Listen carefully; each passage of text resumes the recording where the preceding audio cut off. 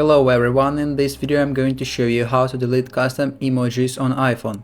Actually, it's very easy and quick, but you need to watch this video until the end so you won't skip any important steps. So first of all, you need to open any application with your iPhone keyboard. It can be Notes or Messages or Telegram or another messenger application.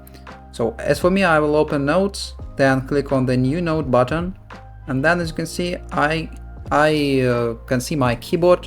So then I need to click on the emoji button. It's a bottom left corner. Here it is.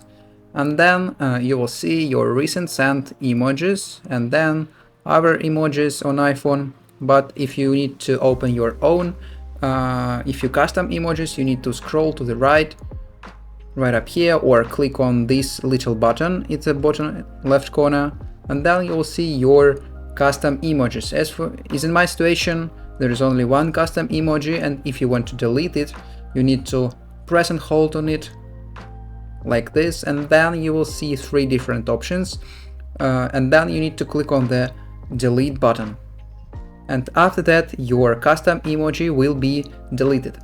So, and that's all, and that's how to delete custom emojis on iPhone. If you found this video useful, leave a like and subscribe the channel. Thank you.